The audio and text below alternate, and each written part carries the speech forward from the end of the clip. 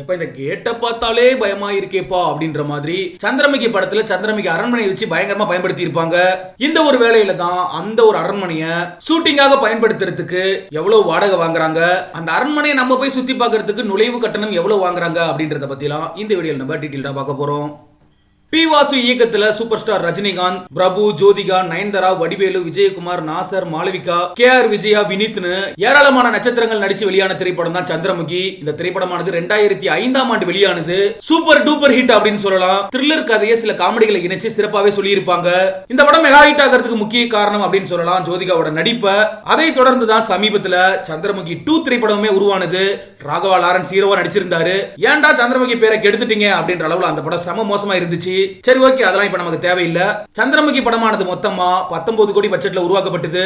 வெளியான எல்லா இடங்கள்லயுமே black Bastar hit ஆனதுனால 2005லேயே கிட்டத்தட்ட 90 கோடி வரைக்கும் வசூல் செஞ்சிருந்தது.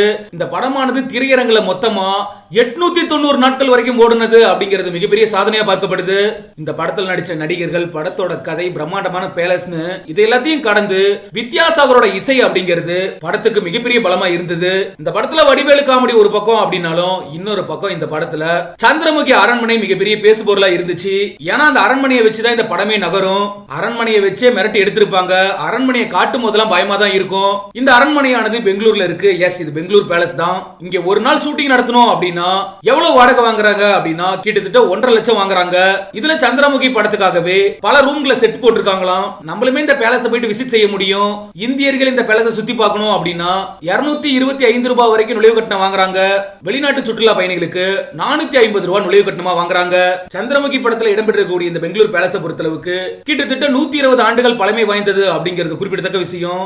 நீங்க சந்திரமுகி படம் ரிலீஸ் ஆனப்ப இந்த அரண்மனையை பார்க்கும் போதெல்லாம் உங்களுக்கு என்ன தோணும் அப்படின்ற உங்களோட கருத்துக்களை மறக்காம கமெண்ட் செக்ஷன்ல பதிவு பண்ணுங்க.